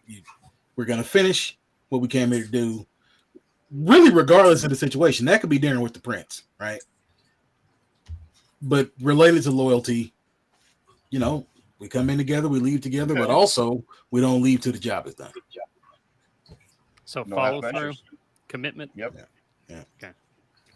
I'm gonna say romance. I'm I'm going to say we did. I'm going to say that you can't have a solid, all around, down to earth, real, not even down to earth, not that, but realistic game without having passions and connections and depth of emotion involved in some capacity. So if I'm loyal to this group, it's for reasons, and those reasons are emotion based.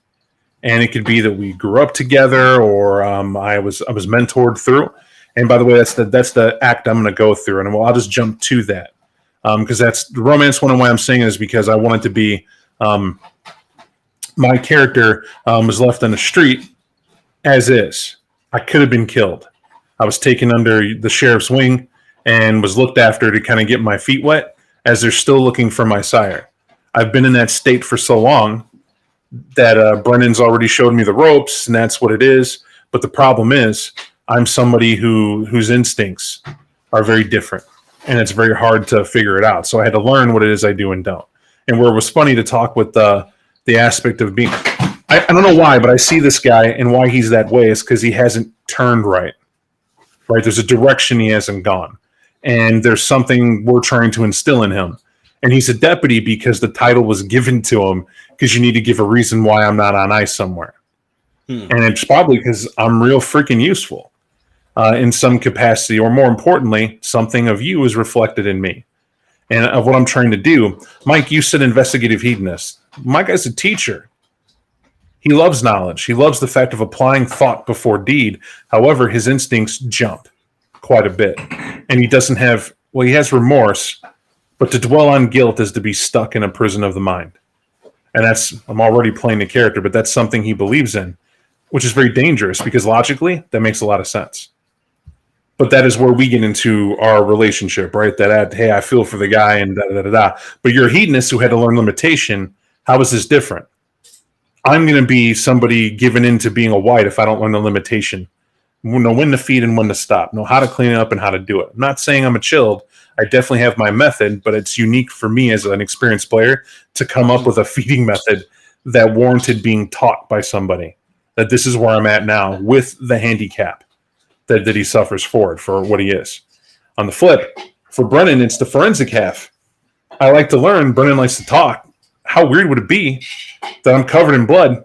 He doesn't know where it came from. He called for backup and I'm here, but I stepped out of a car slathered in blood that's dried in the wind as best I could. And he noticed, though, that at least I put down the plastic in the seats before I climbed in, and that helps a little bit. And I bring the bleach and whatever else he asked for as I bring it up on scene, and all he could do is look at me and go, well, at least we got that down. Here, grab his legs. It's progress. Right, exactly. It is a unsought mentor thing without having to put it on a sheet. And the romance there is that my guy legitimately is very appreciative. And he believes you guys look out for him, but at the same time, there's a downside. He will not tolerate, like, he's not the guy to bring in front of the prince to hear, well, sheriff, you know what happens if you fail again. And I'm a guy, you better grab me. Oh, he knows what happens? I know what happens if, enjoy tonight, your last one. As I get drug out, and Brennan's like, he meant your last one tonight here, sir. It's a thing. We over here. What are you doing? The reason why I'm taking the 3 etiquette for this character. Right. But that's the relationship style I want, right, where he's trusting and he looks up to it from a sense of loyalty. But I am not against, with that being a tenet. Sorry, I'm ahead of it. But I'm not against being manipulated or tricked or being used. It's just that's how he sees it. I can dig romance. So obviously, it's a lot deeper than people assume when they hear that word. I'm down for it. Same. So we have as our Chronicle Lieutenant's loyalty. No half measures, aka also finish the job. These showing a form of passion from yourselves as the player as well as towards your coterie, because you're all tied into each other. Does that sound fair? It sounds like the Sith code is what it sounds like, but yeah, that sounds fair. I'm just saying because we are on camera, so we know that we made this decision. Y'all made this decisions on yourself. We did. So, right. So when that shit bites you in the ass, you start turning tail. Because I hope that's not what happens. But then again, that's the fun and joy of playing this game. Y'all said we were gonna Poor Bob's gonna be the only one fucking like, who's stopping Bob? I thought you were gonna help him out. It's just my dude out there with a femur, just batting people in the head. Listen, if we're secretly playing a cabal of Sith, I'm okay with this. I'm the type of person that would like to think that there was a super intelligent dinosaur that when they saw that comet coming to smack the Earth and they knew there was nothing, absolutely nothing that could be done to stop it, one velociraptor looked at the other and he said, "Hey, go long," and pretended to catch it. I'm in it to win it to the end, is what I'm saying. That's what that is. You got it. All right, so I don't think I have anything else. I think we got everything covered. So it'll be definitely a game set in New York, set within a level of turmoil because you folks have now assumed this particular type of position. It'll be set in the modern day. We have our characters in the form of Mike being our sheriff, hedonist investigator, who happens to be a member of the ministry. Bob, who is a history teacher of vengeance, and history, how it's being taught, is going to be very interesting considering he's a member of the Hecata and has a very interesting, albeit unconventional past, so to speak. And then we have our straight man in the form of Brennan, who is playing a forensic cleaner who is of Clan Ventru and plays the good cop. Quotation marks. Our chronicle tenets are loyalty and no half measure / job, and romance in the sense of passion and what you do to connect to each other. Almost bromance, you would say in this case. But I think we have an idea so that when we start our next session, we'll have strong characters to work with. Word. Only small pedantic thing is coterie types.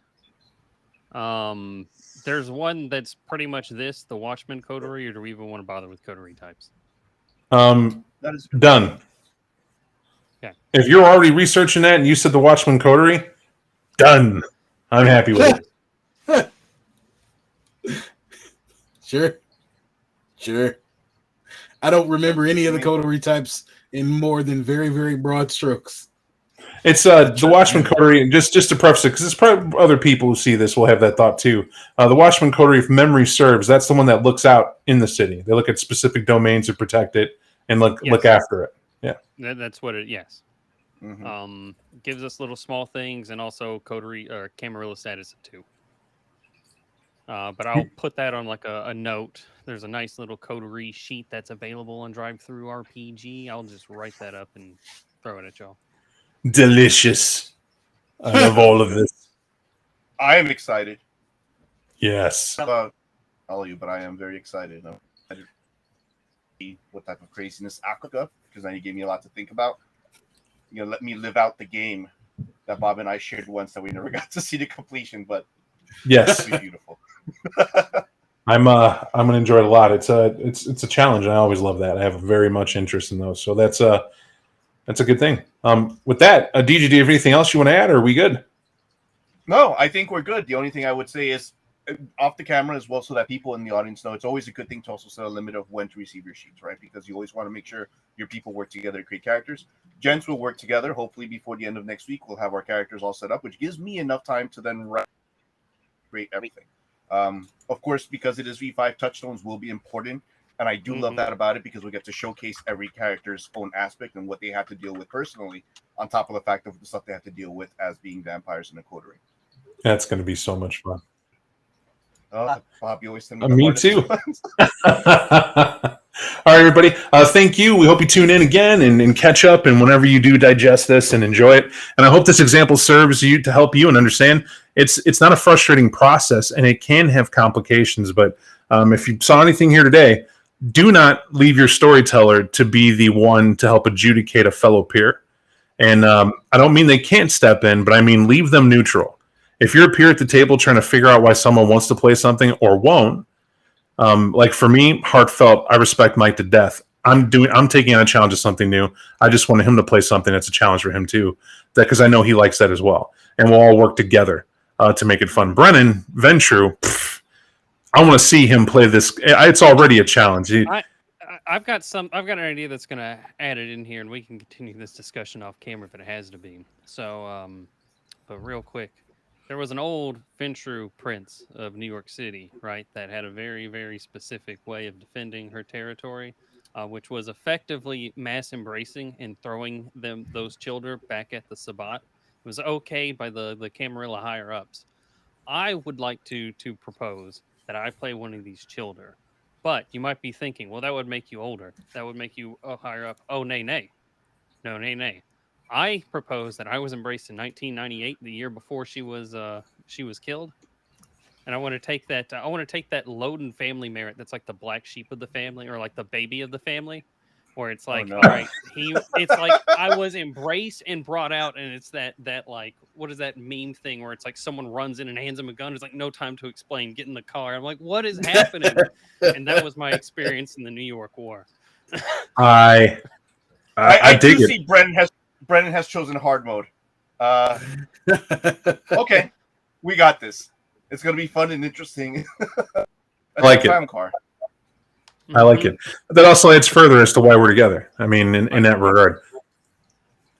So, but to finish it out, and with that included, just leave that space for everybody, and don't worry about don't worry about anything. It's fun. Do it. Have a discussion. Session 0 is to get this stuff out to get you playing. But thanks, guys, for letting me participate, and DJ for stepping up. That's a very bold move, sir. I tried to stick Mike. Man, I love Mike Sabat games. But anyway, that's neither here nor there. It's for another time later, perhaps. I look forward to it. We'll catch you guys in 2 weeks. Thanks. See ya. Bye, folks.